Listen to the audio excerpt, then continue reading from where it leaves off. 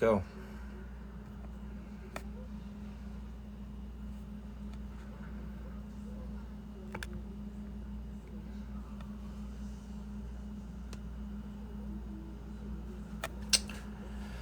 Okay. To grab mushrooms. Ugh. And garlic. Boom.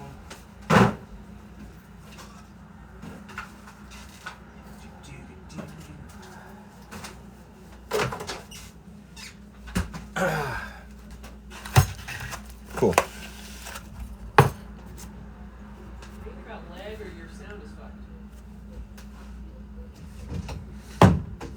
Weird. Maybe it's just loading up right now. It's saying it's not too bad, but we'll see what happens here. Am I still lagging out? No, I'll see fine. Alrighty. It's good, everybody. Thanks so much for the likes. Okay, so I'm just gonna get these macerating right now.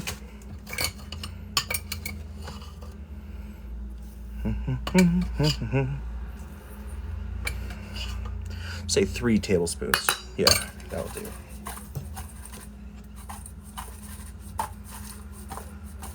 Sweet.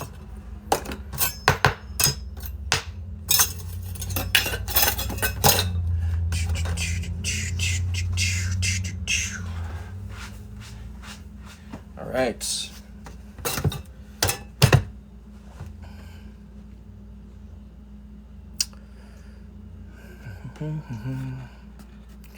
And bam, pin that.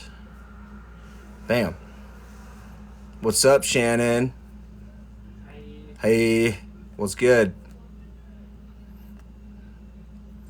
Okay, you can see the sign and everything. It's Yeah, you're fine. cool. Okay, so I'm gonna get the oven started. Let's go ahead, 350. Get that bad boy going. Hey, Enzo, what's good, dude? Yeah, what you having for dinner tonight, buddy?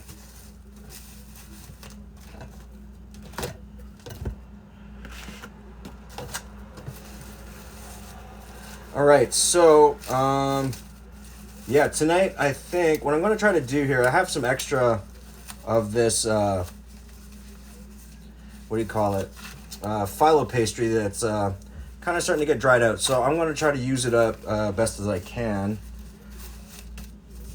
to make like kind of like a faux fruit tart or like a faux fruit phyllo pastry. So we'll see what happens with that. Ooh. Pork. Stewed chicken. Spray it with water. I was considering it, but I'm actually just going to hit it with, I think, with just layers of butter. And I think that will actually kind of warm it up, get the pastry kind of loosened and soft. And I think that should be enough to do it. Because I'm not going to make too many. Okay, so, because I think I'm just going to give it a quick bake and make like phyllo cups. And I think that's a good way to kind of resourcefully use it up, I would assume. So, yeah, it's actually not too bad. A little bit moist on the inside, so it's just the edges that are more or less kind of messed up. You're having brown stewed chicken and rice. Oh, that's going to be good. Pork roast, roast potatoes, rice, and veg. Pork roast. Hey, that's going to be killer as well. Cool. And let's see here. Enzo, are you going to be putting a sauce with that? What are you doing for your pork tonight? As well, Kelly, how are ya? And holy chits, how you doing? How's everyone's Sunday? I hope it's nice, relaxing. Okay, and anybody in the chat right now, if you guys can do me a solid, go ahead, hit that like button for me as much as humanly possible. Again, that kind of stuff helps me out in the algorithm, helps me find like-minded people like yourselves who want to talk about food culture, all that good stuff. Kelly, I'm doing really well. Today was pretty relaxing, so And Sage and Scarlet, hey, welcome. Good to see you again. Hope you're having a really great evening as well. Thank you so much. Okay, so with this, what I'm going to do here is I got, where's my, there it is. Oh, the old brush out. So what I think I'm going to do here is I'm actually just going to create, I have a little bit of melted butter. What I'm going to do is I'm going to just butter down these layers of phyllo. Yeah, that should actually do it. Yeah, just going to give it a good helping of butter all the way to the edges. Bam. Okay, and then what I'm going to do is I'm just going to start just trying to layer up the butter and phyllo dough as much as possible. And what I'm going to do as well is hit it with just a little bit of sugar on the inside so that it kind of forces like a caramelization.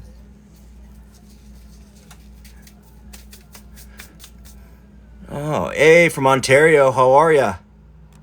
Hope you're having a really good Sunday. Hope the weather's starting to go up for you, because I know it's starting to ramp up over here. Let's have a cook-off. LT, absolutely. What kind of stuff you into, man? I appreciate you joining.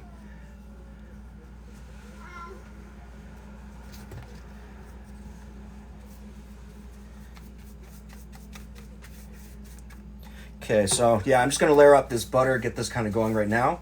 And then I'm going to get the tarts kind of in the oven as soon as humanly possible, because then at least I can have them baked off, ready to go. And all I have to do is then just make like a cream. I think that'll be nice. Nice, light, easy. Ty Redhead, LT, and I believe I had one more follower here. Whoa, and Kelly, thanks so much for the follow. I appreciate it. And that hat, that's dope. Sage and Scarlet, thanks so much.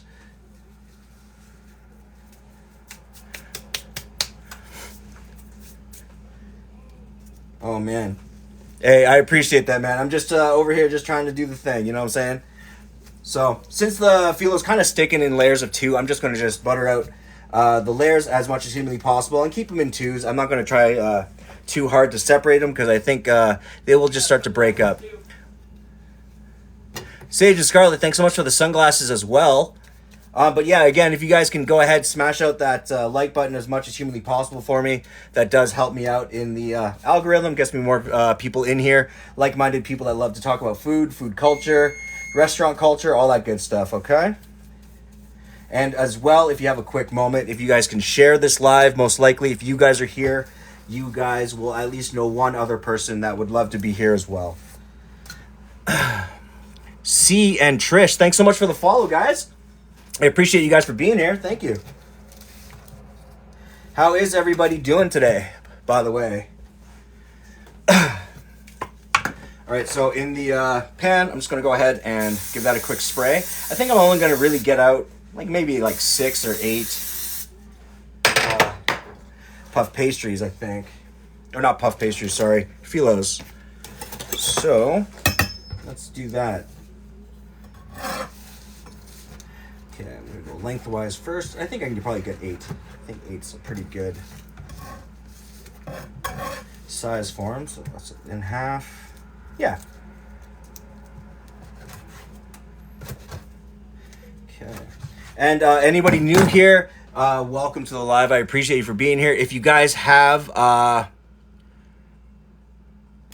have to say share the live 3 times in a row. Share that live, share that live, share this live, man. I appreciate you guys. Yeah, but if you guys have any questions about food culture, any of that good stuff, by all means, just go ahead, leave a comment in the comments below. I appreciate it if you guys did. I'll try to answer it as much as humanly possible. And Cherry, thank you so much for the follow. And user 99245, thanks a lot for the follow as well. Welcome, guys. I appreciate you guys for being here. Okay, so... yeah, actually, that's not too bad. The size on it, not too shabby. I'll probably end up hitting this with a little bit extra butter on top of the fruit, but I think this will actually be a pretty good caramelization.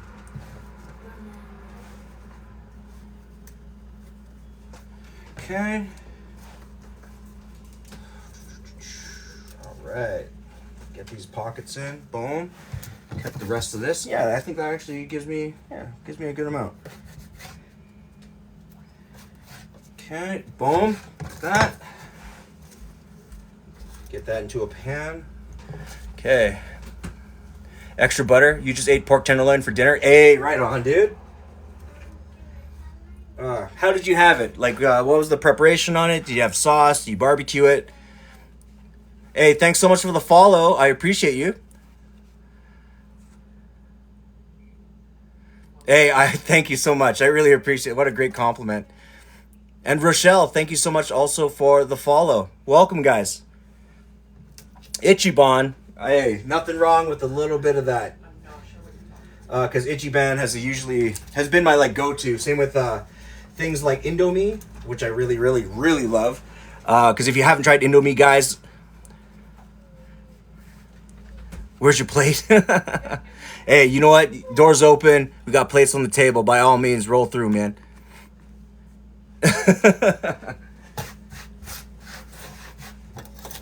All right, so I got these guys in. I'm just gonna hit that just with a touch more butter, just to kind of make sure that when it hits the oven, it stays nice and crisp. And I'm gonna give this a par bake, just because I don't want the liquid from the fruits to necessarily like just kind of seep all the way through. And it'll give me a good base to put that macerated fruit on. So I got the oven at 350. That's gonna go in for, I'm gonna start with like 8 minutes, just because like they're so thin. I just want to kind of guarantee that I don't burn it. So as usual, if you guys are using the oven, all that good stuff, it's always easier to just make sure you just slap a timer on. You know what I'm saying? Roast beef sirloin tip for dinner tonight with asparagus. Oh yeah, dude, what a classic. Damn, you know that's going to be so dank. Oh man. Imagine, hey, we're all about that good time, dude. Start hosting people for dinners. Yeah, dude. I actually cater. I usually like to do or host people's gatherings in their own home. I also like to do when I was doing it, like things like what do you call it? Like trying to teach people how to cook in their home using their own gear. Because again, proficiency in their home is one of my main things that I advocate for. Yeah, right on. Okay, so I got that dough in the oven right now. Let's get this off the heat because that's stupid. All right, so I'm going to just go ahead and start my pork tenderloin now, just so I can kind of get that rolling. Actually, you know what? Before I start that, I'm going to just get my potatoes on the go as well.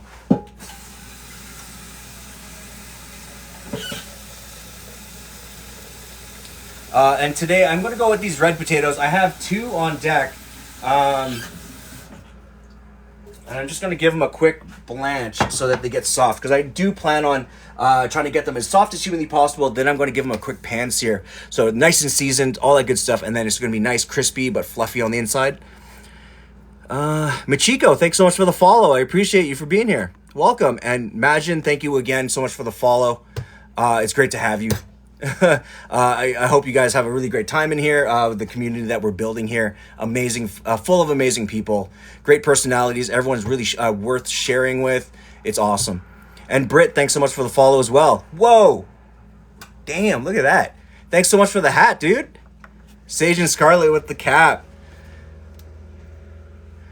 Rory, yeah, because I went from we're not doing lives on Saturdays anymore because it doesn't fall into our schedule. So I just started we're just going to do a Sunday roast or a Sunday type of dinner, something usually very hearty. Whoa, Britt, thanks so much for the paper crane. That's awesome. And Susan, thanks so much for the follow as well. I appreciate you for being here. Welcome. Okay, so in here, I'm just going to go ahead. I have my potatoes washed already. Good to go. I got a crown. Sage and Scarlet with the little crown. Thank you so much. Guys are hitting hard today with that. Thank you.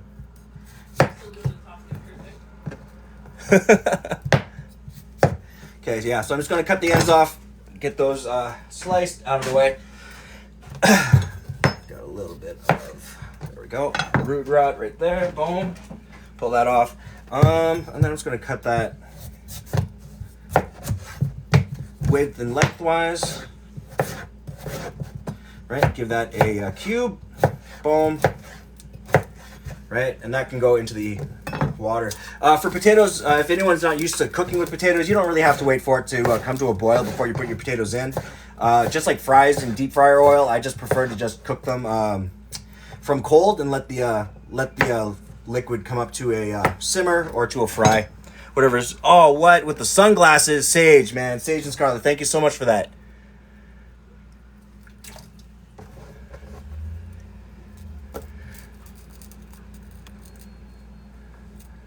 User, you are definitely not late. We're just kind of just getting started right now.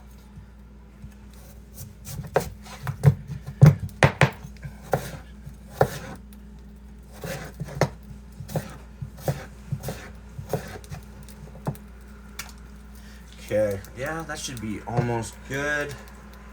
I can probably get away with the other half of the potato.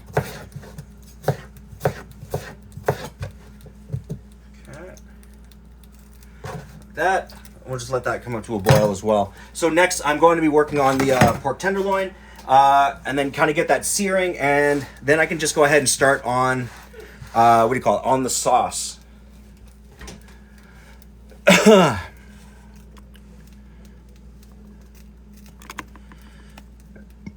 Alina Bell, thanks so much for the follow. And AQ, thanks so much for the follow. Guys, thank you so much for being here. I appreciate you. Okay, so a couple minutes ago, right before the live, I have just a little bit of extra fruit lying around the house. So what I did is, since this is frozen, what I did is I went ahead, just added 3 tablespoons of sugar to it. And what you're going to get out of this is like a really great maceration of all your fruit. And then once it actually dissolves, you start to get this really great syrup that comes from it. So the reason that I'm par-baking my tarts right now is to kind of guarantee, nice, it's to kind of guarantee that the bottom actually gets a very good solid crust, like a very nice solid layer, so that when I do put the fruit in, I'm only going to put a couple because I'm going to put cream on top. It guarantees that like the liquid doesn't just leak all the way through the layers and oversaturate the pastry.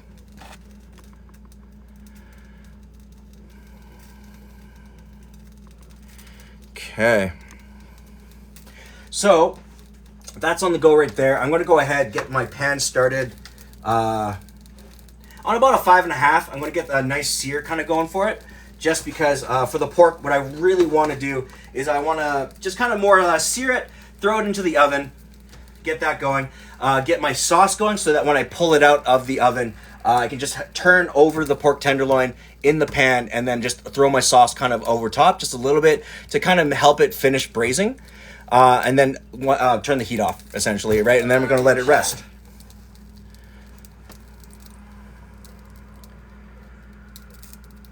Yeah, Britt, absolutely. Because really when it comes to like doing pastries like this, you really want to kind of more or less control the level of moisture. Because again, with Caitlin, good to see you. Welcome. I hope you're having a really great Sunday. Right now, we just got started, so you're right on time. Yeah, so you really want to control the level of liquid that is going on in your pastries, so that you at least get like a really good overall, what do you call it? Like an overall finish, and then you can control how much extra liquid you're going to be topping it with. What toppings am I going to be putting onto the street corn? I'm just literally working with what I got left over in my fridge. So it's going to be, I'm using frozen corn. I'm using some red bell peppers. I'm going to be hitting it with, I couldn't find any cotija cheese. So instead I got some extra mozza. I'm just going to mix that in. I know. And then I'm going to be hitting that with, I have Tajin, or Tajin. Yeah, a little bit of paprika for that smokiness, and then I'm also going to be mixing in with just a, I don't know, probably a hit of lime. Yeah, I don't have any cilantro either, so those are going to be, it's going to be like a very like reserved street corn. It's not going to be the most full that I've ever made, but pretty much that's what it's going to go with.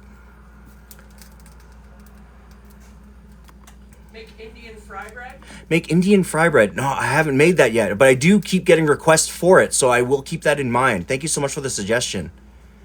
Yeah, green onions. I do have green onion. I'm going to finish it with that, just because I always keep a lot of green onions on deck. Okay, how's that look? Yeah, starting to get some color. So I'm gonna put that in for. I'm gonna leave it going for another about 5 minutes and give it another quick check. Boom. Hey, thanks so much for the heart, me Britt. I appreciate you. You're gonna make some street corn? Okay, so right now what I'm using today is essentially it's going to be your frozen corn or canned corn, whatever works for you. So it's corn. You can throw in a little bit of red bell pepper or any peppers that you have. That's your essential. You're just going to bring that up to a really quick boil. In this case, I'm actually going to bring it up to a boil, strain it, put it into a bowl, and then I'm going to add green onions, a hit of lime, any of your white cheese. Essentially, you do want to do like cojija cheese, like Mexican cheese, like Mexican white cheese. But in this case, I'm actually going to use, I have like shredded mozzarella, which I'm going to use up. You're also going to hit with a little bit of mayonnaise. And then you're going to use tahini spice, as well as a little bit of paprika. Boom, give it a taste. And then you probably want to add in just a touch more salt if your mayonnaise, like your mayo, isn't salty enough. But you do want to control how much mayo you put in, because the more it goes in, a lot of that extra, I'm not going to say MSG, but like a little bit of extra sodium is going to go a long way with it and give you that creaminess to go with your cheese as well. And Don and Bella, how are ya? Good to see ya. Welcome back. It's great to see you again. I hope you're having a really great Sunday. And Alina Bell, thanks so much for the finger heart. Oh, that's dope. I haven't seen one of those ever, so that's awesome. Thank you so much. Corn, paprika, red pepper, quick boil, strain, bowl, add onions, lime, cheese, white cheese, mayo, tahini. Yeah, pretty much. And then just season it accordingly, okay? But again, go really light on your salt, because your mayo will be quite a bit salty. Same with your cheese. Yeah, hell yeah. And then just top it off like that, because you really want to make sure that when you drain it out, you control how much liquid is going in or coming with you when you do your final mix, okay? Again, if you also have cilantro, add cilantro or parsley in as well, okay? The Wolf 5900, thanks so much for the follow as well. I appreciate you. Welcome to the live. Yo, dude, smoked paprika is the shit. It's so good.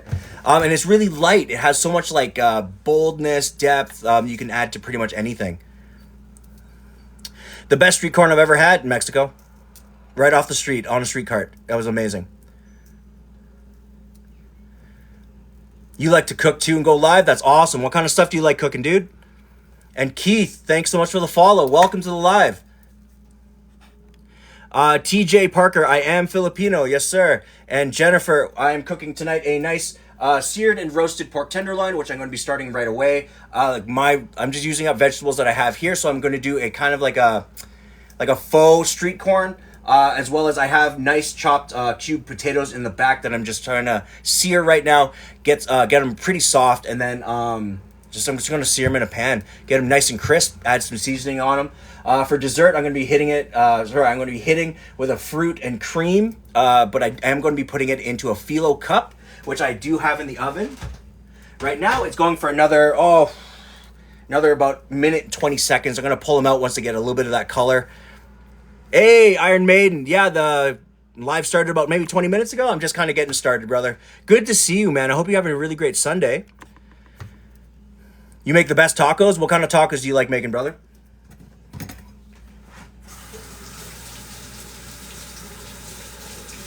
Because one of my favorites when we were in Mexico was I really enjoyed their chorizo. So chorizo tacos, right? Anything with like chorizo, a little bit of egg was amazing. Had La China smoked paprika? No, I don't believe I have. And TJ Parker, man, thanks so much for the follow. Welcome to the community. I appreciate you for being here. Mike tacos or ground beef, all kinds though. Yeah, right on, dude. Okay, so I have this kind of going right now, coming up to heat. I'm just gonna grab. Okay, I'm gonna grab a tenderloin.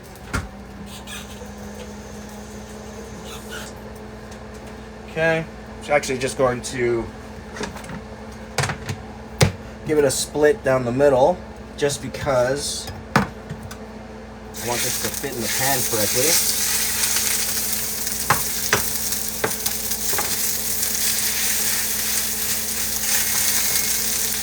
Right on. So I'm going to go ahead and let this sear. It's really important that when you put any meat into a pan, you get a really good Maillard reaction, like a good sear, good browning. Birria tacos, oh man, so good.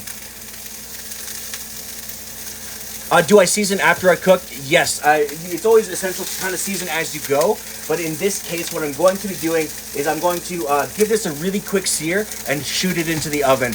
Once it goes into the oven, I'm then going to start on a nice kind of a mushroom cream with red onions and a little bit of extra flavoring. So I'm going to be pouring that over top of the tenderloin when it comes out. So then you don't have to necessarily season it as much, and you get to really control the level of sodium that keeps going in. Sonia from Toronto, how are ya? Welcome.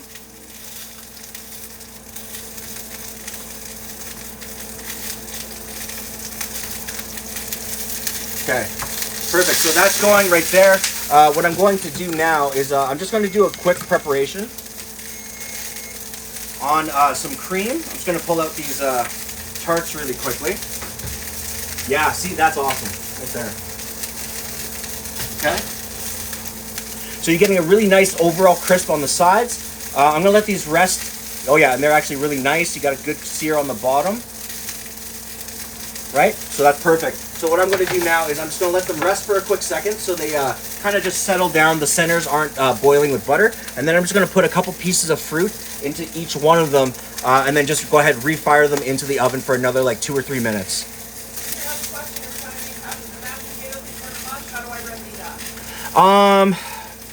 Every time they turn into mush. Okay, so what I would always start with, so Wolfgang Puck has what's known as like the most famous mashed potatoes, and they are Michelin rated mashed potatoes. And for every, like, I believe it's for every 20 pounds of potatoes, he's only using 1 pound of butter.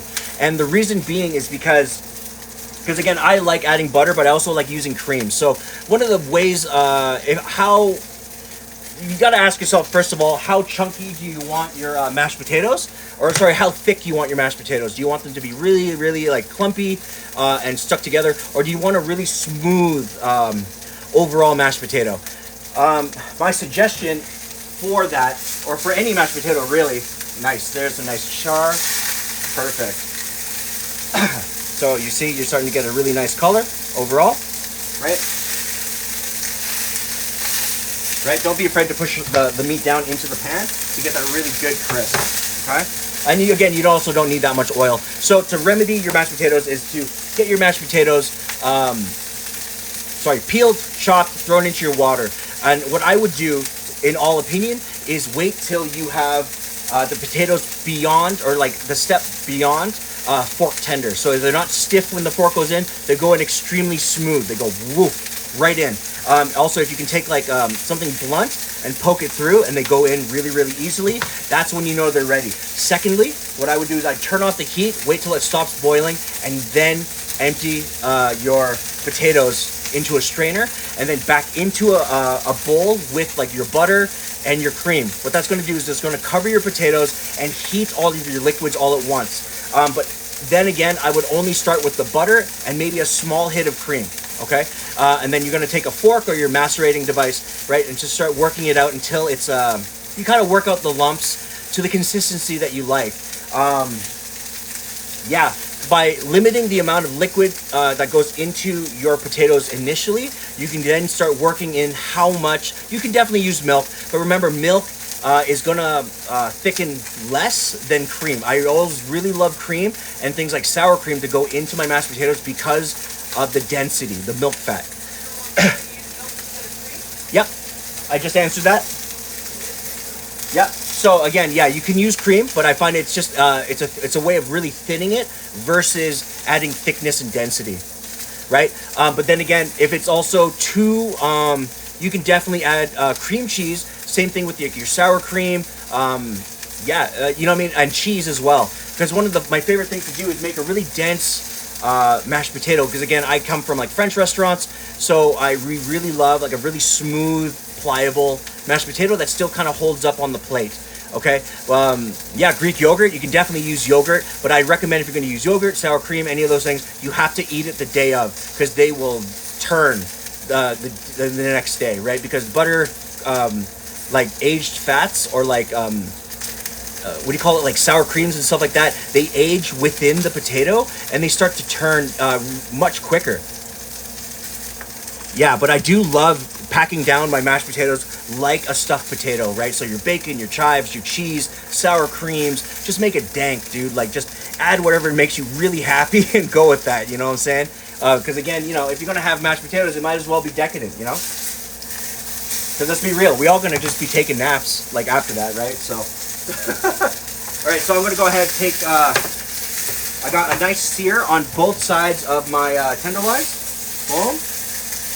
Right. So right now my tenderloin is as it is sitting at almost like a blue rare with a hard sear.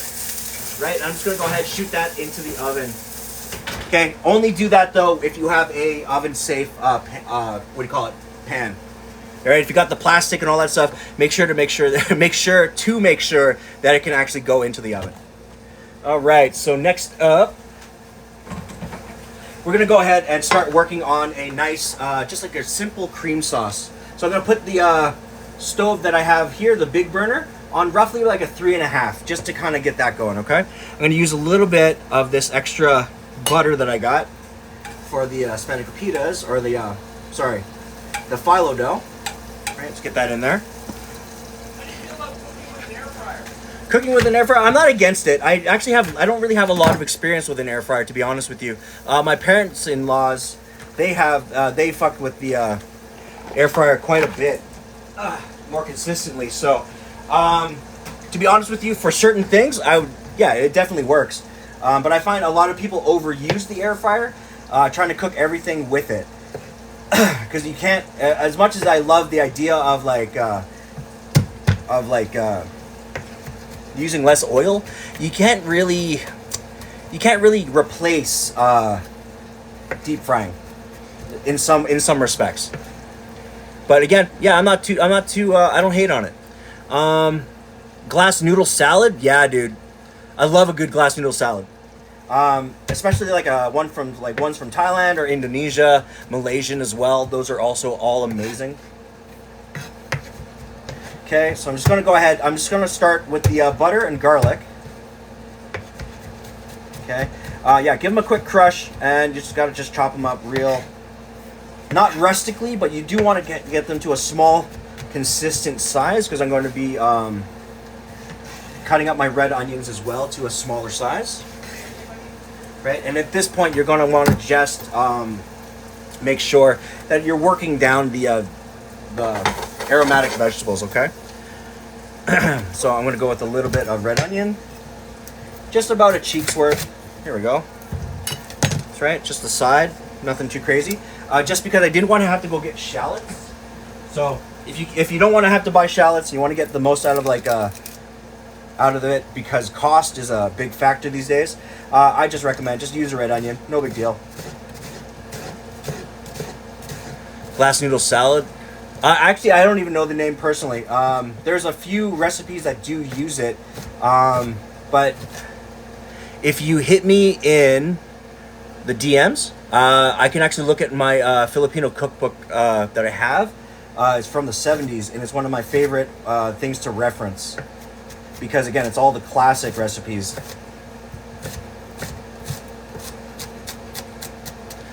And B, what's going on?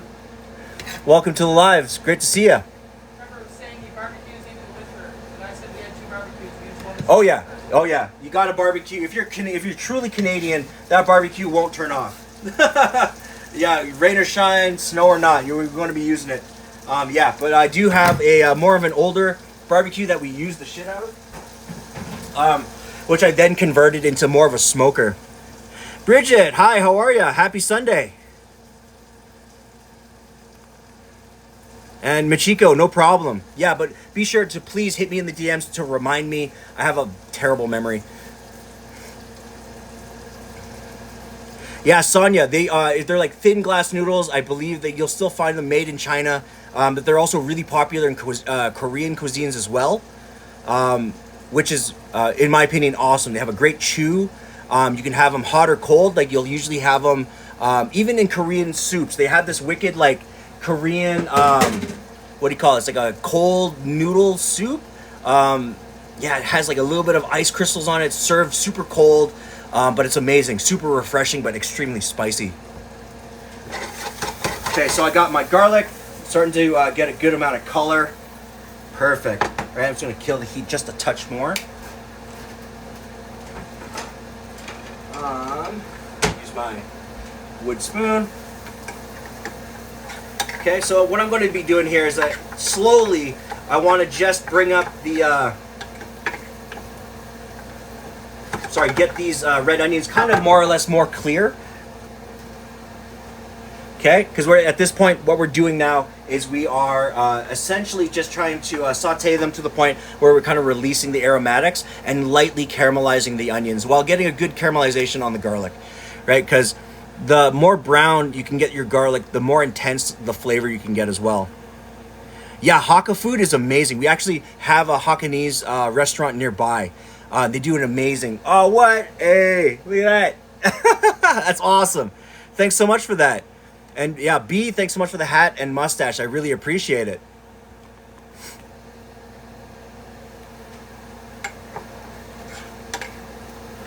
Okay.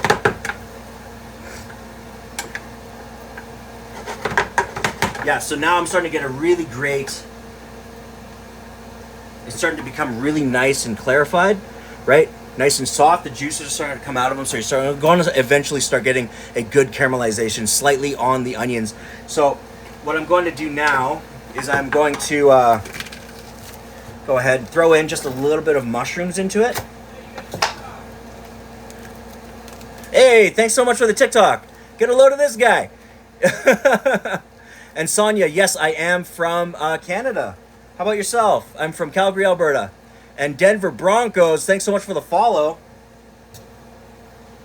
Welcome to the live. How are ya? Okay, so I'm just going to go ahead and just chop these up pretty small, but pretty rustically at this point. Just because with mushrooms, you know for a fact they're just going to break down. And what I'm looking for is them to not be like large pieces. I really want them to just kind of be just small, manageable, nothing too crazy. And Trevor, thanks so much for the follow as well. Oh, from Toronto, right on. Yo, we got a lot of Torontonians and East Coasters up in here. Right on. Yeah, there we go. That's so cool.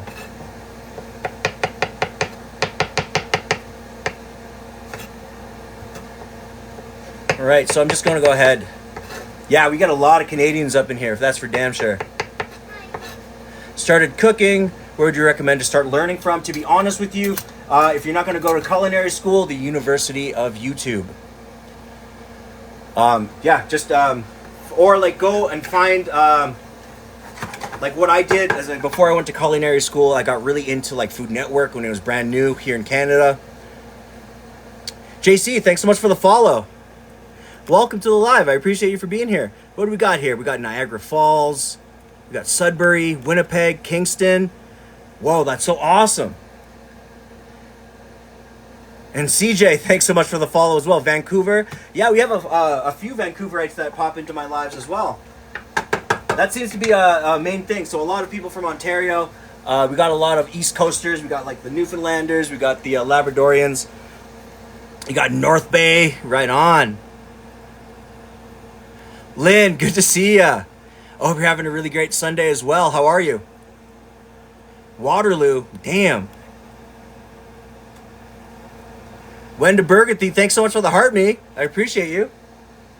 Okay, so by adding in the mushrooms, at this point you're going to start, the mushrooms then will start to absorb all of the fat and the oil. So that's a good thing. Because when it comes to mushrooms, you do want to have a good sear, but dry. Okay. So I'm going to wait for these guys to come up to a nice sear, get some color on the mushrooms. In the meantime, I'm just going to go ahead and put a little bit of fruits into each cup. Trying to, my best to kind of separate them as is. Because what you really want is, what I was looking for is more of like a fruit and cream, but with a crunch, right? So this is like the best thing that I found, because again, I was looking through my freezer. I was like, yeah, I can make this work. So I'm gonna add a nice hit of that mango. And a little peach right there. Cool. Some pineapples, a little bit of strawberry. Yeah, nice. A couple strawberries. There's a little bit of peach right there. All right, so now I can go ahead and distribute. So that'll be a pineapple piece.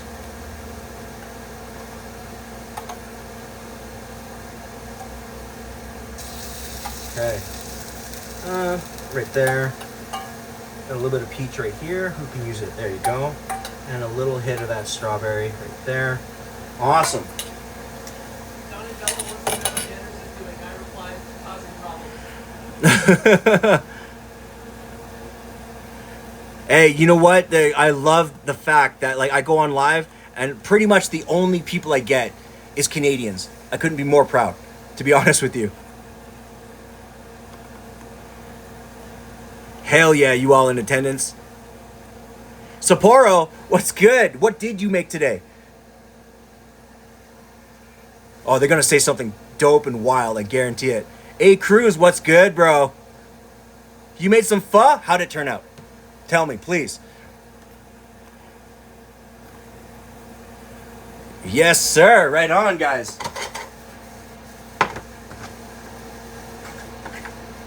Okay, so I'm starting to get now I'm starting to get fat kind of leaking out of the mushrooms. Just a little bit, because now they're starting to render out. I'm gonna wait till that comes out a little bit more, get a little bit more of that color. Hello, asks, how are you today? Oh, I'm carrying them right. Yeah. Okay. Yo, Folk King fabulous. That's awesome. That is awesome.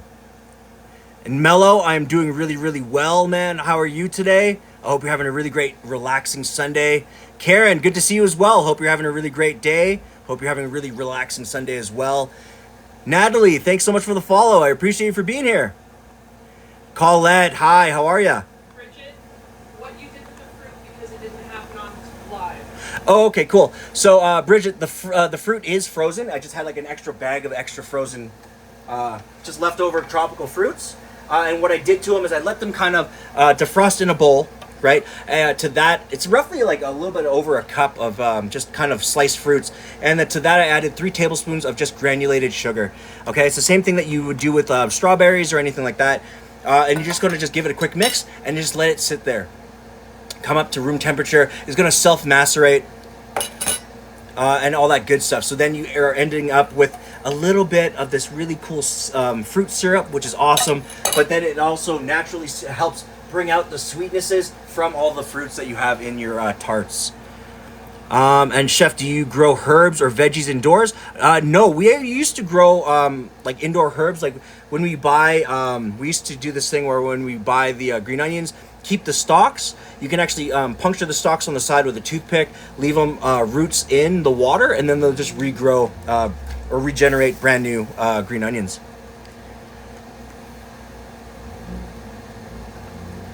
You didn't have the cinnamon or Thai basil, but still awesome. You know what? And Chinese spice, nice. Yeah, again, when you use the star anise as well as the Chinese 5 spice, go easy on it because it really is like tea. It really comes out. It's really fragrant. But that's awesome. I'm glad you had a really great pho experience.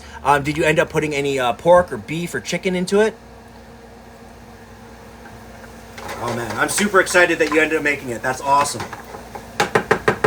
Okay, so with this, I'm just going to go ahead and bring that up to a 4.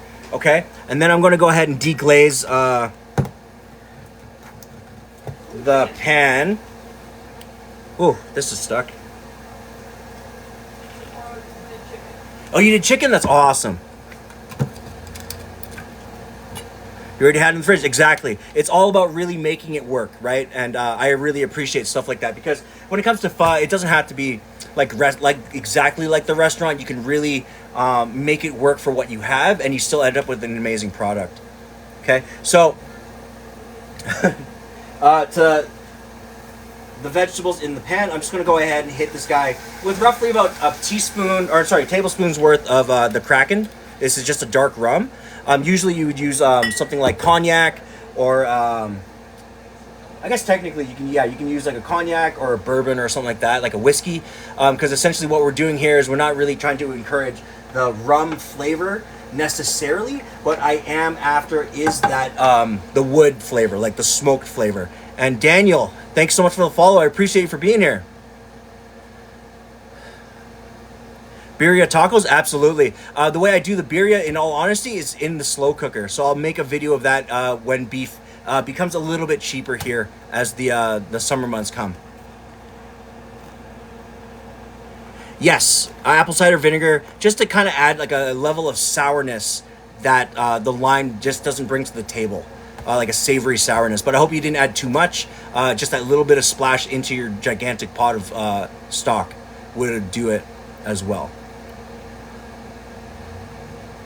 Oh, Apache Dan, right on, dude. Okay, good to see you. Then welcome back, man. It's great to have you. Great to see you as always. You had fish sauce, right on. What's my favorite thing to cook on the barbecue? Honestly, either a pizza or burgers. Yeah, but when it comes to like doing a smoker, it's definitely, to me, it's beef brisket, pork belly, ribs, stuff like that. Something slow, or like chicken thighs. Smoked chicken thighs are so fire. You got them new meat syringes? Right on.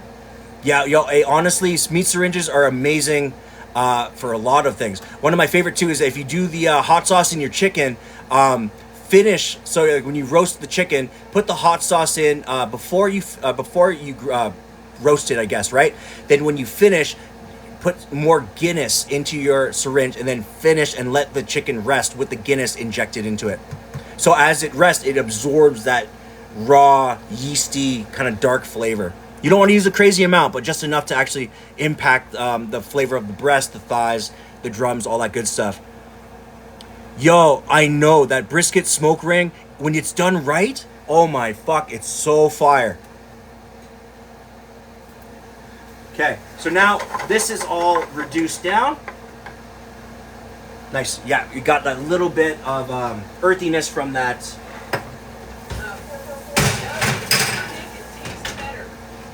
Does the beer make it taste better? Yes. It does. Not necessarily that it tastes better. You're adding just an extra element of gorgeous, gorgeous flavor. It has like a dark, yeasty, rich, like kind of like a brew or an ale flavor. Again, you don't want to use a crazy amount to drown out the flavors that you've already injected into the beef, or into the chicken, sorry. But it's just an extra layer of just another layer of like dark flavor, right? Almost like a roast flavor. And Drew, thank you so much for the follow as well. I appreciate you for being here. Welcome. Yeah, definitely try it out. But again, go easy on the beer, because you can also impact it by marinating it in beer prior to putting it onto the roast, right? So then when you inject it with hot sauce, it's already got like a beer line, like a marinating of beer on the inside as well as on the inside of the cavity. Hey, thanks so much for the heart. Hand hearts, man, I appreciate you guys for doing that. Thank you so much, B. Rory, what's your opinion on beer can chicken? I love beer can chicken. We actually have like the thing like this. Amazing. The best part about this is you can also use this not just for chicken. You can also use it for things like pork loin, pork shoulder. You can use it for beef brisket as well. If you wanted to create an initial smoke, and then when you have it about maybe a quarter of the way, you just pull it off so it maintains that concavity, and stuff it with stuff. What's it called? I honestly don't know. Like this was. Yeah, Superstore did have it. I actually don't know what it's called, just because, again, I've never actually purchased these things before personally. We're always gifted them. Be top gifted, make you cook an omelet. Hey, Slade, do it, bro. Do it. Don't threaten me with a good time, man. Okay, so to this, I'm going to go ahead and add in... Where are you at? There you are. Yeah, to this, I'm just going to go ahead and add in my cream and get that going right now. As well, I'm just going to check my pork. Yes, perfect. So right now it's kind of sitting closer to a medium, maybe medium well, and that's kind of where I want to stop, because after it rests, it's going to rest up and continue finishing in the pan. Okay, so that's just on the side, doing its thing. Okay, for now. And then I'm going to take the drippings, I'm going to add them to the rest of the sauce. Yeah, beer can chicken is crazy. Once I found out what it was over. It was just a game changer. Meat tent. Yes, 100%. You know what it is. Okay, so to this, I already deglazed the bottom. So all the fond comes out. And you got all your aromatics and your mushrooms kind of just starting to get nice and flavorful. Okay, so to that, I'm just going to add about a cup-ish of, of cream. I'm going to let that slowly come up. And what this is going to be, so it's like more like a rum infused, so it has all this extra savory notes. The rum is really going to add that woodsy note, and the cream's going to really bring out all like the extra subtleties and the creaminess of all those flavors. And how did I learn to cook? Over time. I did it the hard way. I started as a dishwasher when I was 13. I had the chance to go to school. I turned it down because at the end of the day, I really wanted to prove that you didn't have to go to culinary school to be a really great chef, right? So I've been a chef or a sous chef for the last 18 years. And prior to that, I was a line cook, prep cook, dishwasher. Pretty much I worked every position in the kitchen up until I can prove that I can become a really great team leader and a sous chef. Right, but when it comes down to it, it's just hard work, perseverance. You know, you just got to do the thing. You just got to take it. It wasn't good in the late 90s and 2000s, super aggressive. But nowadays, I feel kitchens are kind of coming around, starting to respect their staff and all that good stuff. Okay, so I got my fruit tarts in. Those are going to be just in for another, I'm going to say the tarts just need another about 2-3 minutes.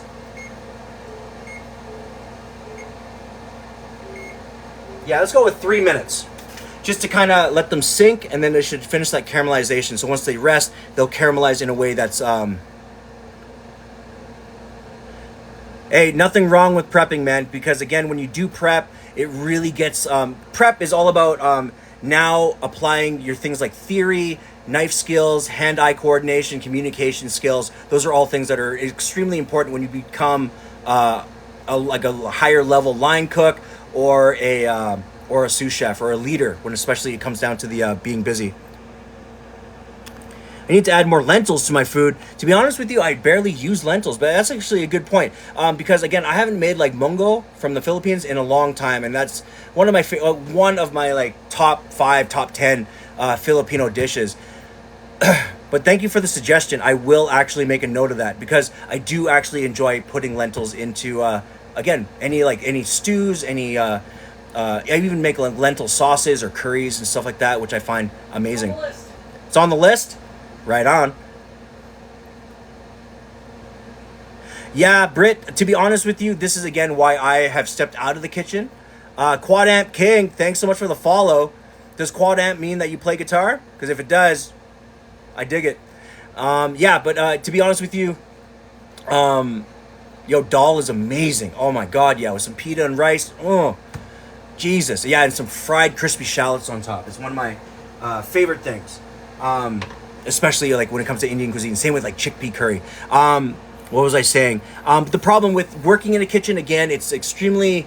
I come from when Food Network shows, like reality shows and competition shows, were really big. And I always say that the problem with all of those shows is that it created a quadruple amputee. Whoa. Man, I hope you're having a really great Sunday, though. I hope it's been relaxing, non-stressful, and I hope you're also doing well. The problem with working in kitchens is that it just created this, this type of, I grew up with Iron Chef and all that stuff. It created like just a work environment that just was kind of toxic. I mean, it always has been toxic in a way, but it became competitive for no reason, because we're trying to have like a very cohesive team atmosphere. You're a chef for 20 years? That's awesome. What kind of cuisine did you cook? And that's not for me, right? Because when you're trying to develop a team, trying to bring people up, because again, my job as a sous chef or a chef has always been, I train you so that you can take my job, right? So it really maintains like my work ethic and my ability to stay higher tier, right? Because every time you get better, I have to force myself to be better than that, right? Or become a better leader. It's just all about outlook, right? And that to me has always been very important. Nice. Okay, so I pulled out the tarts. You have this really nice crispy layering to it, right? It spins in the pan, perfect. So it's all cohesively cooked. There's not a lot of drippage from the fruit. That's exactly what we're looking for. So I'm just gonna go ahead and turn the oven off. That's done. Jord, what's good, dude? All over Canada. Right on. What's your favorite quad amp? What is your favorite dishes to cook? And 444, thank you so much for the follow as well. I appreciate you for being here. And then welcome to the community. You're gonna love the people that are in here. What's the dough used for the tarts? I'm using phyllo dough this time around. But again, with this, you can also do a quick substitution.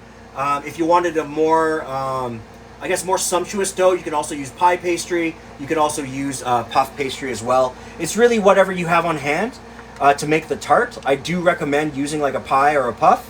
But in this case, I was really looking for like having a little bit of fruit, a little bit of fresh cream, and something crunchy, something buttery and crunchy to go with it. Step into a Slim Jim. Slam into a Slim Jim. God, yeah. Angel, thank you so much for the follow. Welcome to the live. I appreciate you for being here. Welcome. Okay, so I got the potatoes. They've been simmering for about 40 minutes or less. Let's see. Again, see, now we're starting to get a good push through. They are still a little bit on the tough side. So I'm just going to wait another 5 minutes. I think in 5, they will be pretty good. Actually, if anything, I'm going to turn the heat off now. Boom. And get those draining in a second here. Okay, so it's going to be potatoes. So then I'm going to just prepare just a little bit of my red pepper for the corn. Okay, so again, I'm just going to cut the cheeks off. Ain't nothing wrong with a Slim Jim, baby. Like, you know what I'm saying? Like, if you can pull off gas station cuisine, you know what I'm saying? It's a game changer. Why do I always put my wife in that? Because she chooses to be, man. Her desk is right there. Crocheting is over here. Yeah, it's true. And she's also crocheting. So, so it's hard to crochet in a kitchen. All right, I'm just going to give it a quick hit of the extra syrup that I developed from the maceration. Boom. Right, get that going right there. Just like that. All right. And then I'm just going to let those tarts sit for a second. All right. So I got, actually, you know what? I'm actually just going to cut just a little bit more red onion for the corn as well. Just so it kind of has that offset of green and red onions. Because I do love a good oniony kind of a savoriness to go with any type of vegetable. Okay, so I'm just gonna go ahead and chop these up into larger pieces. Nothing too serious.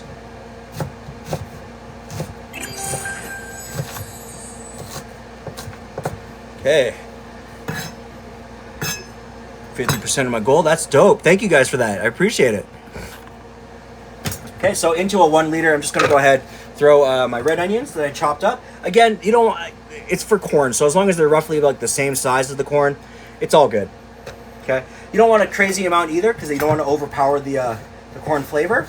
I'm going to do the same thing with the red peppers. Okay, and for the sauce as well, I don't know if I mentioned it. I did. It is now starting to get a good simmer. What I'm trying to do is just create a natural double reduction, so it's really thick. Still looks a bit bright. Actually, Hannah, we are in Calgary, Alberta. We are just having an amazingly sunny day. Our weather's starting to slowly, the extended forecast is looking really, really good. Wendy, nice, dude. Thank you.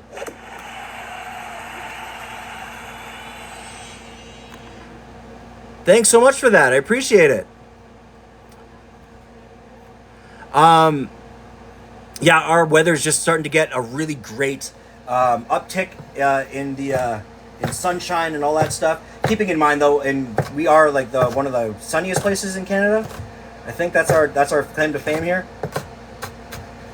Okay, so I'm just gonna chop these guys up nice and corn sized as well. Nothing too nuts.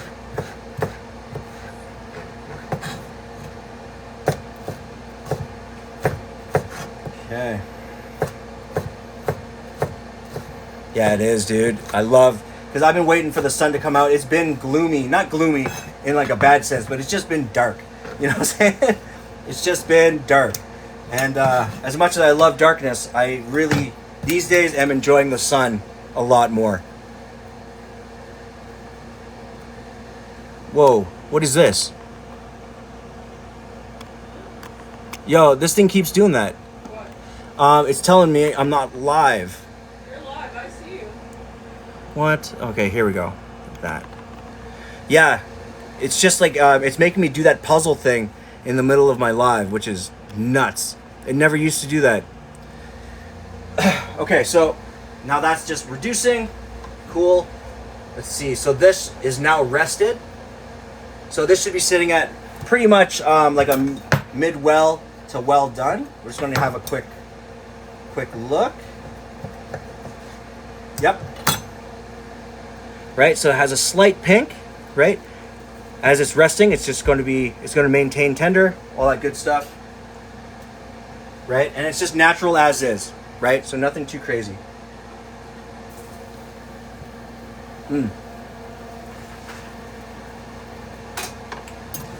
Nice. Okay. So, in here, I'm going to take a little bit of cream. Nice. Yeah, I just wanted to confirm. It does that thing on TikTok where like it makes me like recheck that I'm live and all that stuff.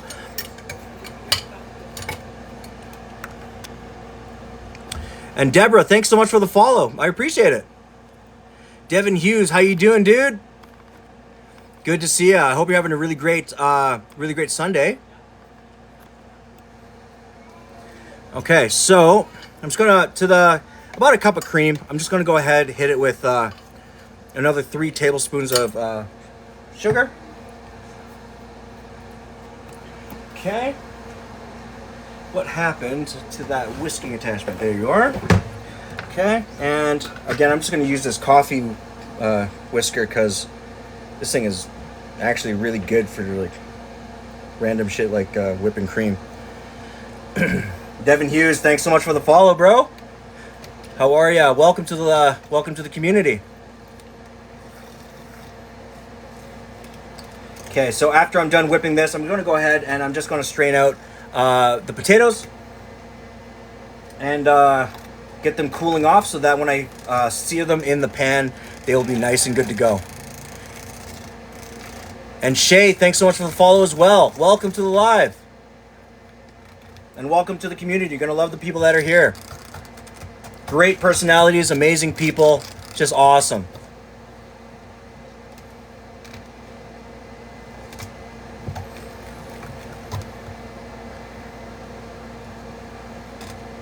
Nanners with the friendship necklace. We're friends. That's awesome. Thanks so much. And JSB709, thank you so much for the follow as well. I appreciate you all for being here. Again, if anybody's new here, I'll reintroduce myself. My name is John. I appreciate you all for being here. Sol Rojo, thanks so much for the follow as well. Yeah, if you guys can and have a quick second, if you can just go ahead, smash the shit out of the like button for me. That would help me out in the algorithm, help me find other like-minded people like yourselves who want to watch food, talk about food, all that good stuff. Jord, thanks so much for the ice cream cones. That's awesome. Actually, I think ice cream, I might make. Cloud bread as well. Oh, dude, thank you so much. Yeah, because what's funny is I didn't know what cloud bread was until I looked it up. And then it turns out I actually have seen it before.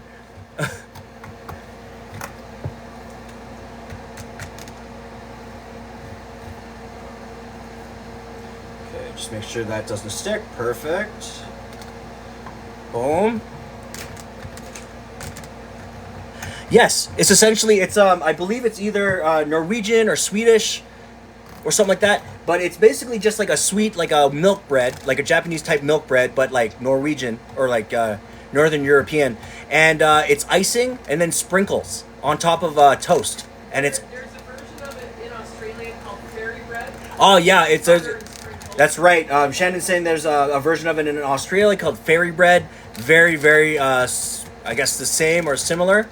And it sounds awesome, to be honest. And they serve it to people on their birthdays or anniversaries and stuff like that. Honestly, it sounds like a crazy good, like, quick fire snack. Cranwise, thanks so much for the follow. I appreciate you for being here. Welcome.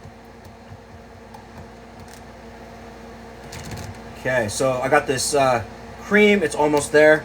I'm gonna slap this onto like a high. I didn't know I was not on the high setting. There we go. That's better. Yeah, I think that would be fire. To be honest with you, just to try it out, I would definitely do it.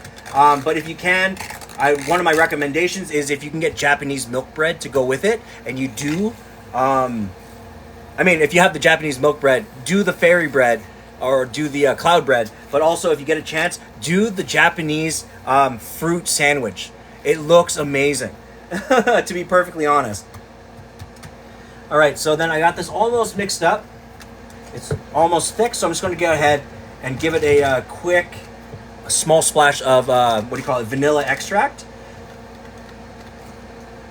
Okay, just a touch. There you go. Nothing too crazy. You don't want to change the color. You want it to be relatively light still. You can find milk bread at like a... To be honest, yeah, if you can find milk bread, I know I've seen it randomly at like Superstore. Anywhere that's attached to the Asian market, like the TNTs. But yeah, I would recommend go to like a Chinese bakery. Go to any of those Asian bakeries in your local Chinatown if you have them. Leisha, good to see you. Thanks so much for the heart me. But yeah, if you have any of those in town, I highly recommend you give that a try. Definitely. Right? Because again, what I love about living, this is also why I couldn't necessarily live in the country per se. It's just that, like, what I love about living in a city is that you have, like, little Chinatown, little Italy, all that good stuff. What am I frothing? I am actually just giving a quick froth, doing a quick fire, whipped cream. So, let's pull that. Yeah, so I got this really nice, thick, not too sweet whipped cream that I'm going to use to garnish and finish the fruit tarts with. Okay, so that's the cream element to the fruit and cream for dessert. All right, so now this right here is just finishing up. Perfect. Cool. Yeah. Okay, I'm gonna replace that. I'm just gonna throw that onto a 3.5 on the small burner in the back. Okay, then I'm gonna just do that. And drain these guys out.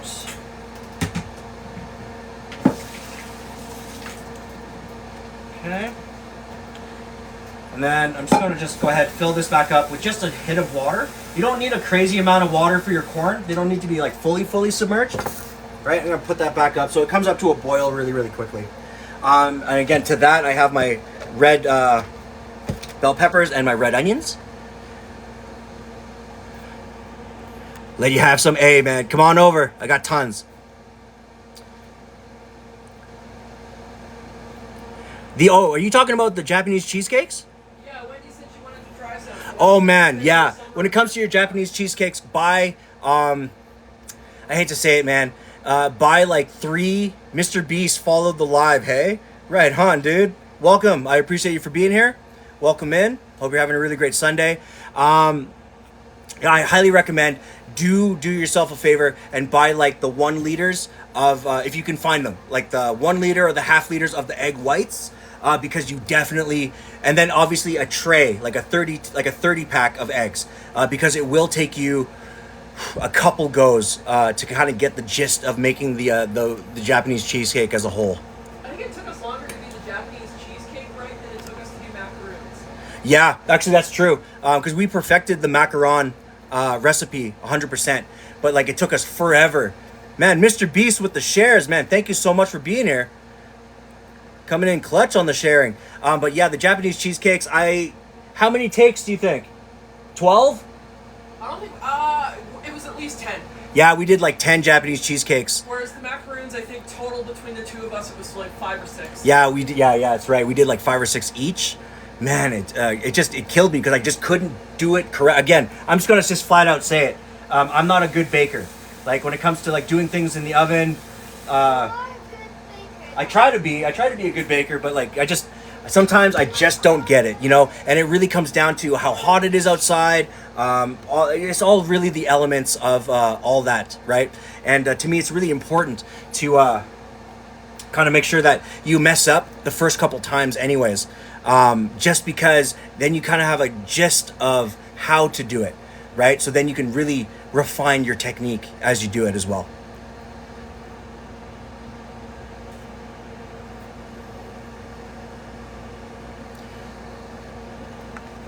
Okay, right on.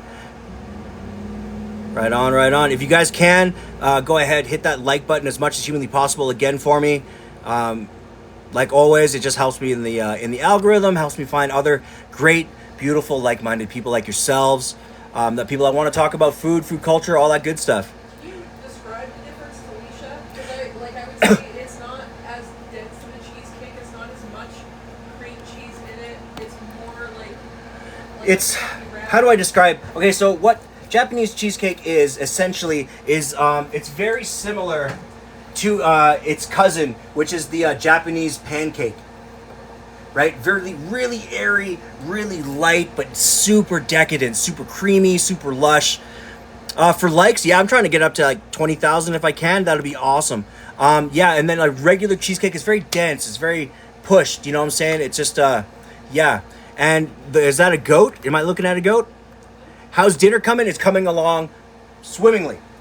All I really have left is I got to do, right now I'm working on the corn that's going to go in. I'm just going to give the corn itself a quick blanch, add in just my aromatics, just to warm them up. Then I'm going to give them a quick drain. Then, sometimes I try to make a smash burger, 1-0, that will go on the list. I love a good, like, diner style smash burger. You know what I'm saying? It's one of my favorite types of burgers on the planet, 100%. Throw some cheese, throw some bacon on it. My God, just dank. Yeah, right now I'm just trying to get the, and I have my sauce in the back. It's gorgeous. It's starting to get nice and thick. All right. So while that's thickening, what I am going to add as an addition, just for sweetness, to really help break up the savory note, I'm going to add in just a roughly about a tablespoon of maple syrup. And this will also add that, not just sweetness, but it will actually help lightly thicken the sauce to where it can now coat in a couple seconds. It'll be able to coat the back of a spoon more, because right now where I'm sitting at, the sauce is actually pretty good, spreadable. Yep. Has a good amount of that shallot taste. Nothing too crazy, but you can taste a little bit of that mushroom, all that good stuff. I'm going to pull that off right here. I'm going to throw this one to the back burner. Okay. I'm going to turn this up. Since it's on the small burner now, I'm going to turn it up to a 7. And for my potatoes... Don and Bella love watching the live, so it's nice to meet you. Hey! Don and Bella, I appreciate you guys for being here as well, man. Thank you so much. Cole's not showing up for everyone. The what? Yeah. Oh, now it's back. Okay. You actually come here and watch 3 times a week? I appreciate you all for actually showing up that often, because, man, we have a great community of people that do consistently show up for me, and I appreciate you guys dearly. What did I use to season the steaks? This is the pork tenderloin. I actually didn't sear it with anything. What I'm really trying to do is encourage more of a browning, like the Maillard effect, to kind of make sure that I have a caramelized outside, but a very juicy center. What I am going to be seasoning it with as a finish is this gorgeous, it's like a red onion, mushroom, and garlic cream sauce that I then deglaze with a little bit of Kraken dark rum and a little bit of maple syrup to kind of give it that really nice sweetness. Leisha, thanks so much for the roses. I appreciate you. And Bailey, hey, thank you so much for joining the lives. So I will usually be streaming Tuesday, Thursday, and Sundays. The only exceptions Thank you for I made a meal that is decent. Oh, right on, dude. Yeah. I dig that, man. Right on. Did you only just end up making the corn, or what else did you make today? Yeah, and then I go on 5 p.m. Mountain Time.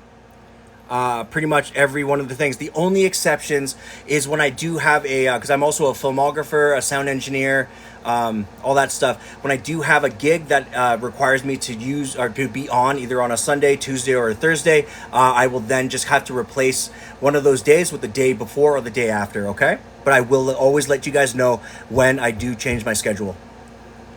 Made roast chicken too and chipotle. Oh, that's so good. I hit 20K. Right on. Thanks so much, guys.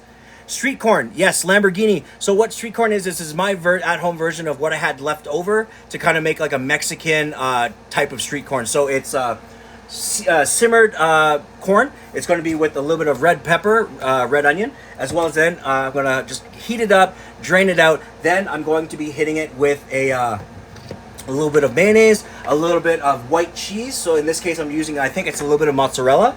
In Mexico, they use cotija cheese, usually.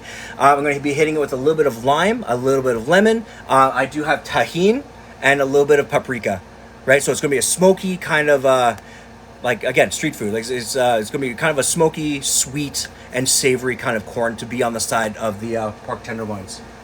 Okay, so on the back, I'm just going to grab my corn.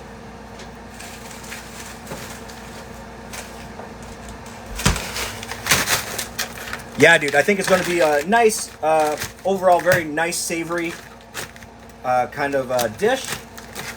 Because again, on a Sunday, since I'm now doing the Sunday streams, I kind of wanted to make sure that I'm kind of encouraging almost something like a roast or a stew or a braise or something where if you were to make, you can take the what I make and you can double it, you can triple it, quadruple it, all that good stuff. Make it for your family, you know what I'm saying?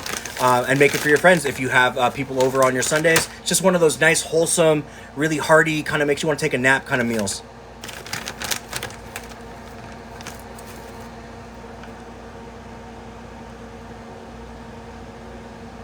Italian penicillin soup. That's awesome. Yeah, but that must have also been really nourishing. I hope that you do feel better, Leisha. Just because I love soups that are just like super healthy feeling, right? They're really like organic and veg heavy, all that good stuff, which I'm a huge fan of. Homemade chicken and veggie broth. Yeah, dude, with pastina, right on. Yeah, I know exactly what soup you're talking about. A good hit of garlic, right? A lot of lemon if you can, lime, stuff, all that good stuff. Yeah, that's always the good shit.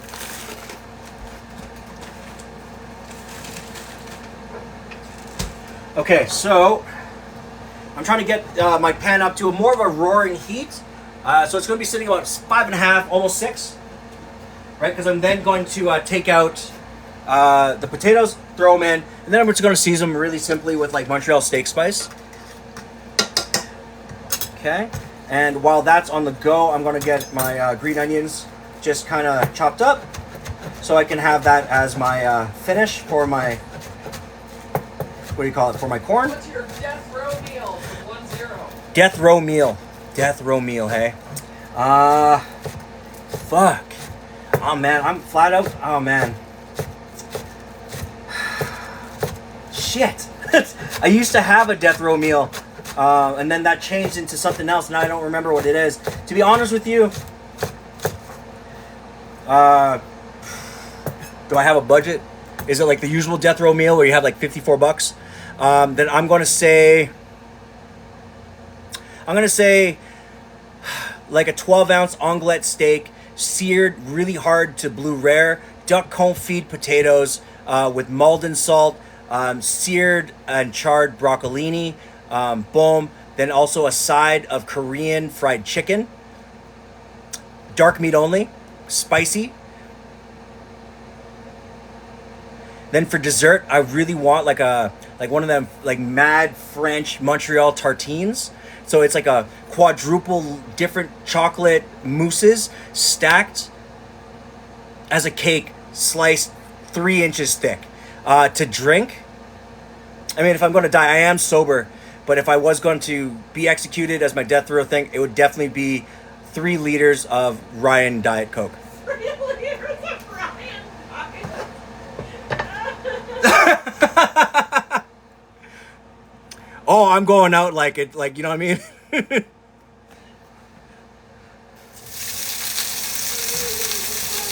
I mean, if it's like, hey, your time's in like 3 hours, I'm gonna eat, hey, you know what I'm saying? And I'm gonna go out hard. Like, that's what's up. But yeah, if you guys ever wanted to have like a steak journey, because I would have said like Kobe beef or like, you know what I mean, like Wagyu, but like, to be honest with you, man, yeah, that's the thing, Jordan. The thing is, again, I worked at Fine Dine for so long that like Wagyu is good, but like it's for me, it's now overrated. What I really got into was the unsung hero, which is the butcher's cut of steak, which is the onglet steak, because there's only one per cow, and you can most definitely not get it unless you order it from the butcher, right?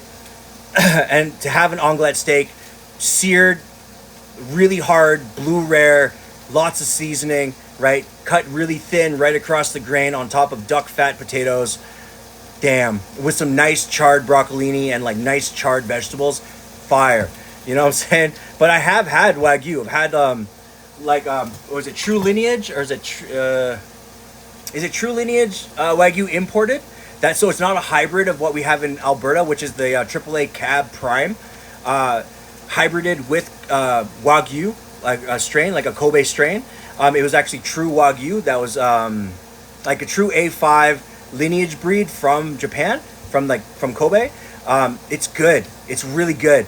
But I just think is I've eaten so fucking much of it that like like what I really want is like an amazing triple cab prime onglet, and I think that is just a gorgeous thing. Sean, thanks so much for the follow as well. I appreciate you for being here. Oh my God, 25,000 likes. Hey, you guys are killing it, man. Thank you so much for doing that. I appreciate you guys as always for. Hey. You've got like 80 some odd people. Yeah, man. There's a lot of people in this live this time, man. Thank you all so much for doing that, for joining as well. I appreciate it. If you guys haven't, if you guys are new, again, my name is John. I appreciate you all for being here. I enjoy that you guys all love food, and I appreciate being able to cook for you guys. If you guys, again, have any questions, comments, or anything like that you need answered in terms of food culture, restaurants, recipes, all that stuff, yo, leave your comments in the comment section below. I will be happy to try to answer any questions that you do have. And Steffi, thanks so much for the follow as well. Hey, Rory. And Susie, thank you so much for the follow. I appreciate it. All right, so I do need to add just a touch more oil into this bad boy because, again, potatoes do take on, these potatoes especially, they do take on a crazy amount of fucking oil. So I got my corn. It's now starting to hit that stride where it's starting to simmer really, really well. So since they were frozen, they only need like that couple of minutes to get the frost off of it. Okay. All right, I'm just gonna throw in my peppers. And really what I'm trying to do here is I'm not going to do anything with the peppers or the onions. I'm just trying to warm them using the residual heat of the water. And Mr. Beast, man, thank you so much for all the shares, dude. I really appreciate you for doing that. Yeah, and if you guys are new and if you haven't already, hit that follow button so you can stay updated on anything that comes up with my channel or my page, as well as anything that comes up with the future lives or anything like that, okay? And again, also, if anyone doesn't know, at the end of every of my lives, I am always trying my best. You smashed it. You forgot to. Oh man, sorry, Bailey. Will you be cooking a different day? To be honest with you, most likely not. Like, I'll just try to stay on schedule. If it does change, I will put a video on my page just to let you guys know, or I will let you guys know on a previous live. And Dosa, thanks so much for the follow as well. Yeah, we don't have any Easter plans. We probably go Easter egg hunting like in the afternoon maybe, with our little kiddo. All right, so I got some of these nice potatoes. They're just gonna sit. They're gonna crisp. I'm actually gonna jack the heat up just a little bit kill the heat on the corn, and I'm going to drain out the corn.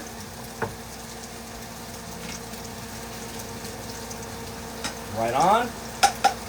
Okay, and then I put the corn just back into the pan just to kind of kill the rest of the residual water. JJ, thanks so much for the follow. I appreciate it. Welcome.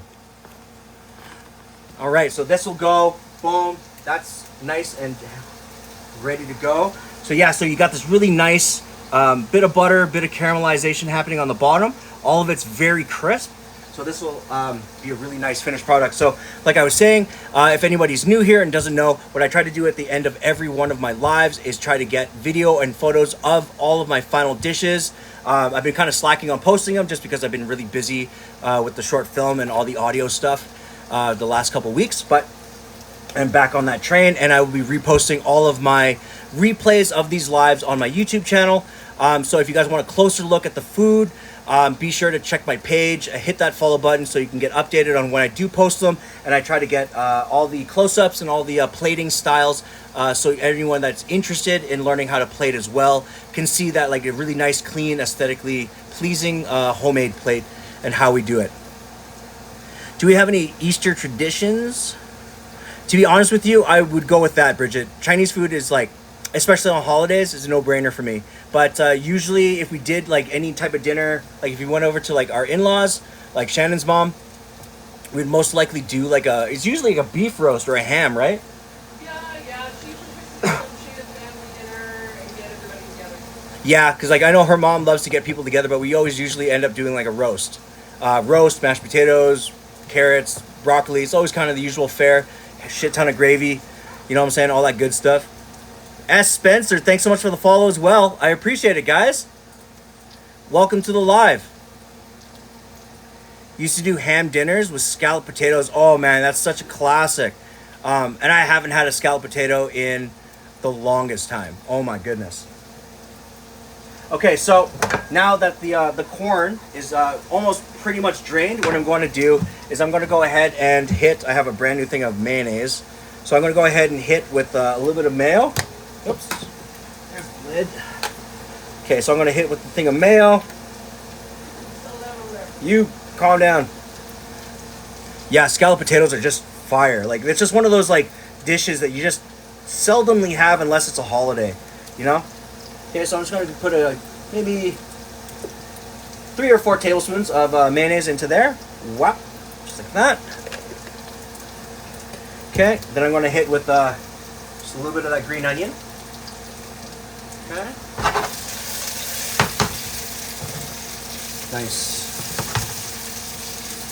Okay, I'm just going to give this potatoes just a quick seasoning. I'm going to use again just a little bit of that Montreal. Boom.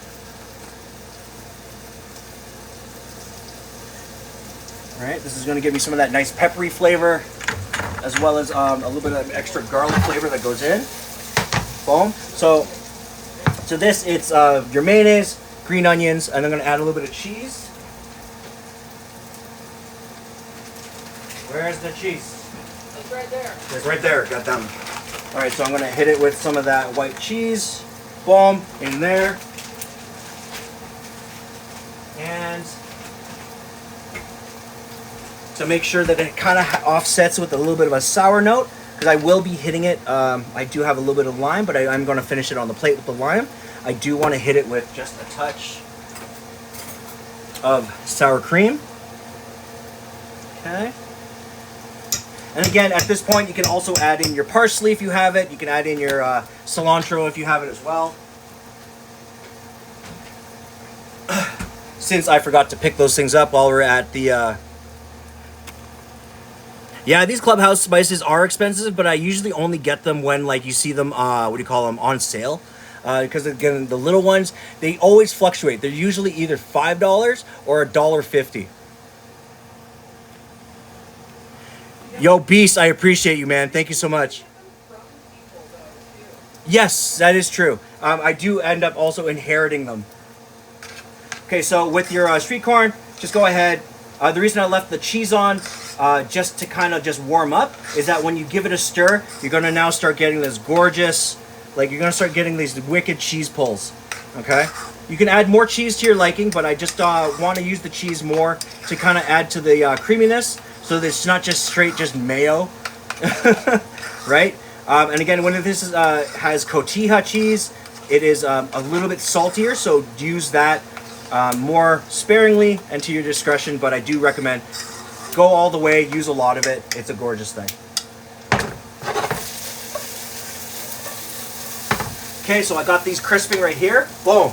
That is good to go. So now, we are now on the home stretch here, and we will start plating.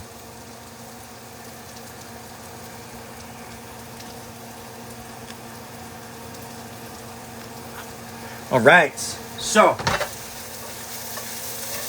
I got these guys on the go right here, so I'm just gonna go ahead with a large plate. And you already know, anyone that's in here, since we are doing a little bit of the street corn, I'm gonna bring out my Mexican related plate, this guy right here. Barbie Blaze, hey, good to see you again, welcome. Okay, so what I'm going to do actually, before I start plating, I'm going to get me some slices of the pork, kind of just on the go. Nice, yeah, we're getting some nice, good ringlets. I think that should be okay for that. Again, in our house, we try to do, what I always try to promote, since I love Asian diets, we try to do like an 80-20. So, oh my God, 30,000 likes, guys. Thank you so much for that. Yo, that's awesome. We're consistently hitting it, man. Every single time. I appreciate you guys so much for doing that. Okay, so I got a little bit of that nice pork. Now, what I'm going to do is I'm going to serve up just a bit of these nice potatoes onto the plate. Actually, here, let's see if I can try to make this so y'all can see. Okay, like that. Okay, so I just want to take your lightly crisp potatoes. Go ahead, get a nice little pile, just like that. Boom.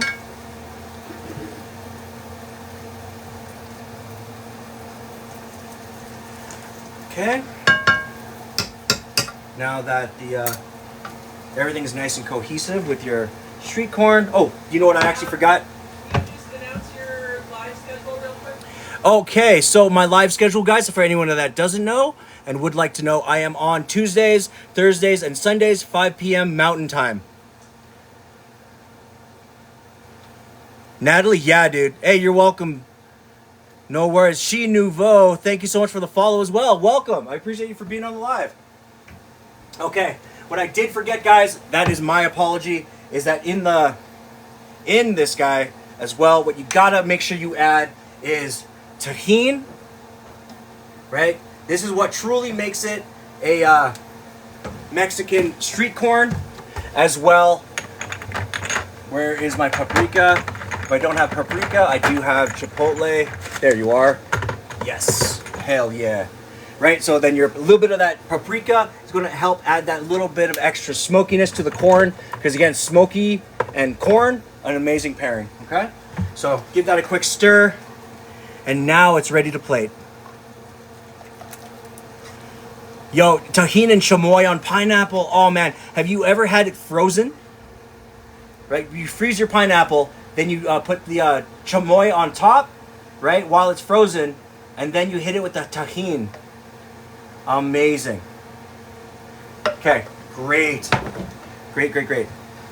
Okay, so you got a little bit of that potato, you got a little bit of that, right? You're just going to offset this guy, just a little bit of your pork.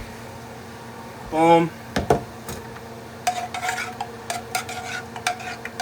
Okay, so you have that. Nice, good, crispy potatoes, all that color, right? And you're going to just hit it. A little bit of the sauce, right? Just like that, right? A little bit of green onion on top. There you have it. So that's Your nice seared pork tenderloin, gorgeous, medium well, with your Mexican street corn, just on top, right? Boom, just like that. Montreal spiced seared roasted potatoes. Yeah, nice, clean, and as well as the sauce, it's your mushroom and rum with red onion and garlic, right? So nice double reduced cream on top.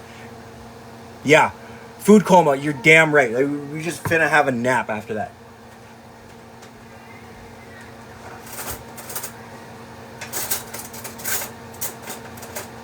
Okay. And as tradition, I will be right back because I will start plating on the dessert in a second here. But my wife's been waiting, so I'm gonna go ahead and make sure she gets this. I'll be right back.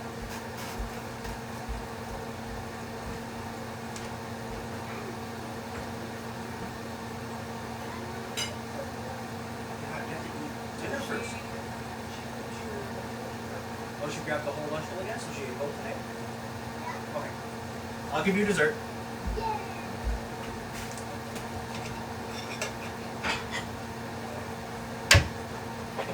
Alrighty. So I'm back. I'm just gonna go ahead and hey Steven, thank you so much. I appreciate it. And A Kitty or Amanda, thank you so much for the follow. I appreciate you for being here. You can have definitely more than a crumb. You know what I'm saying? We got tons. Do daylight saving? Yes, we just had daylight savings was this morning, I believe. It caught me off guard so hard. Hey, you know what I'm saying? We always try to make sure we take care of our partners around here. You know what I'm saying? That's part of it. And thank you so much for the follow as well. I appreciate you. Welcome to the community. You're gonna love the people that are here. Kristen, hey, another from PEI, another East Coaster.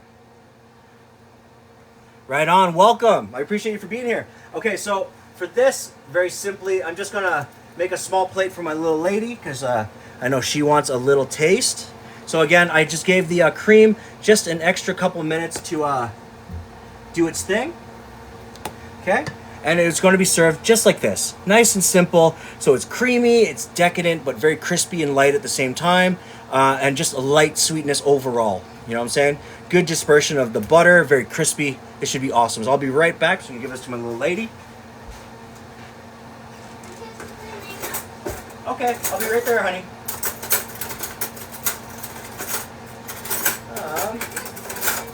We have, there it is, a little pea-sized fork. Here we are. Alrighty. It's a little tart with fruit and cream. Mara's asking what the cook time is on everything. Okay, so and Kristen, thank you so much for the follow. I appreciate you for being here. Welcome. The cook time for generally everything, it's 6:30 now. I started at 5. But if you do everything like in order as well as everything kind of simultaneously, it should take you overall a total of 1 hour. But I mean, obviously you do have to kind of work yourself up to it unless you are comfortable doing that. Okay. So like the tarts, they should take you a maximum 20 minutes max. Okay. And it's really all about getting your pre-prep done on your fruit. And that's pretty much it. And while it's cooking, make up your whipped cream. Boom, good to go. All of this, technically, if you have the 4 pans, yeah? If you have the 4 pans, just get it all going at once. You know what I'm saying? What I did is I tried to make sure that my potatoes were boiling right ahead of time into this one, right? Get that softening.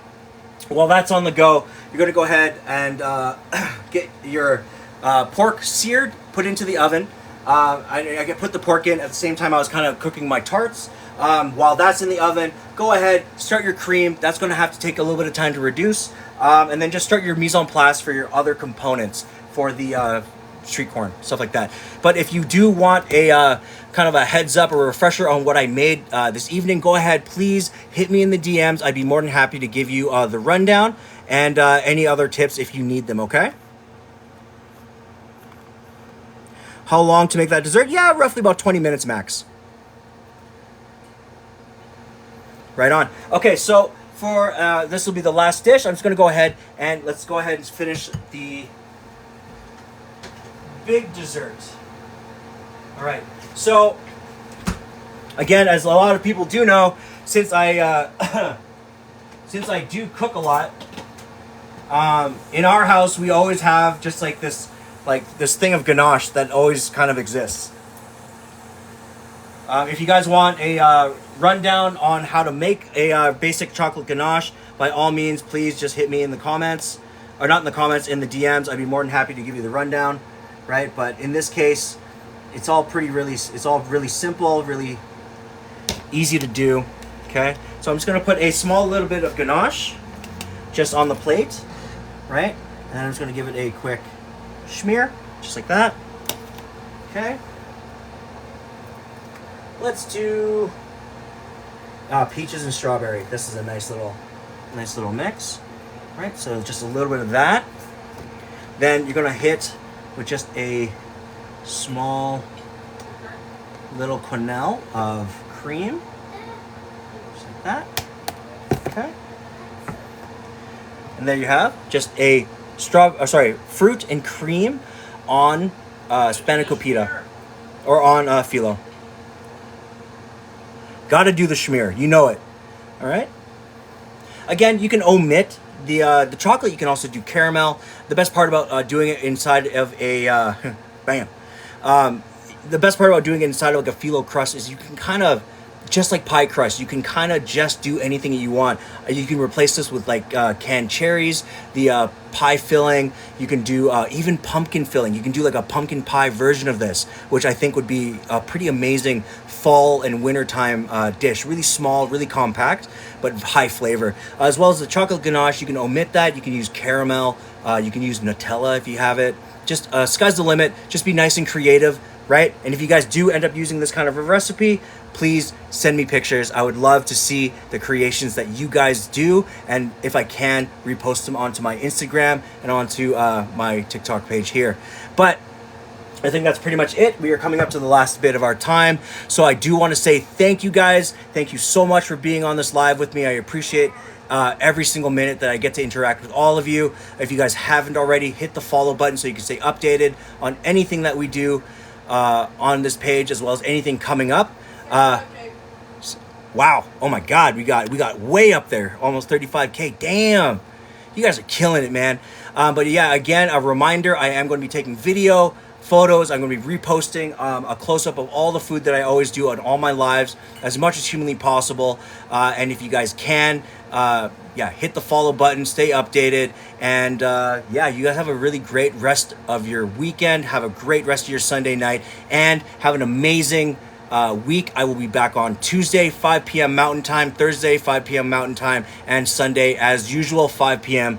Mountain Time. So I will see you guys. Have a great rest of your night, okay? You want to hit 40K? You guys just gonna...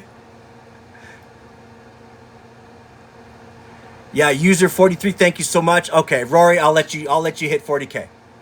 All right. I know it's a little awkward for me to say goodbye, but if you want to hit that 40K, guys, keep smashing out that like button. I can wait a couple more minutes as it is. So I got this guy. I'm just going to actually, you know what?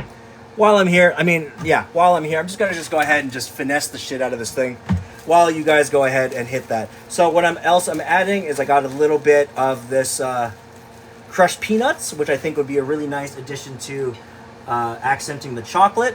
Okay. I think that would actually be pretty nice. So then, what else do I got? Oh shit. I don't want to add sprinkles because I think that's tacky. Do you know what I got? Oh yeah, hell yeah. So I got a little bit of powdered sugar. So I'm just gonna go ahead with that powdered sugar, right? Hit it over the sides, like that, right? Yeah, you know what I'm saying? All right, so we got that nice little bit of extra accent and garnish, right? So it kind of splits up the plate, makes it a kind of a 50-50 plating, which is really nice. Yeah. Grated chocolate. See, I don't have my microplaner anymore. I left it at my last job, and that's what fucked me. Mm. Oh, really? Yeah. Yeah. And it was a damn good microplaner. Yeah, that's what pisses me off, because like I know I had a microplaner, but I for sure left it at my last restaurant. and they didn't say nothing because it was that good. Rory, don't even worry about it, bro. Like I'm just here for the ride, baby. And we're actually, you guys are crazy. Like we're almost at 5,000 or 40,000 likes. Like, that's crazy. Yo, keep that up, and I appreciate every single one of you as usual. If you guys have any like questions in the next 2 minutes, 3 minutes, by all means ask them. I'm going to try to answer as many questions as I can in the next couple minutes. User, absolutely, I will. Thank you so much. Oh, we hit 40,000. Oh my God, guys. It literally took you guys like 3 minutes. That is insane. Boom. Yeah, dudes. Okay, well then on that positive note, thank you so much again, guys. I will catch you guys on the next live. Again, it is okay, 50,000. No, Rory, you sexy bastard. But maybe we'll get to 50 on the next live. So again, I'll see you guys on Tuesday, 5 p.m. Mountain Time. I appreciate and love you all. You have a great rest of your Sunday. Stay relaxed, stay safe, okay? Cheers. Oh, that's crazy.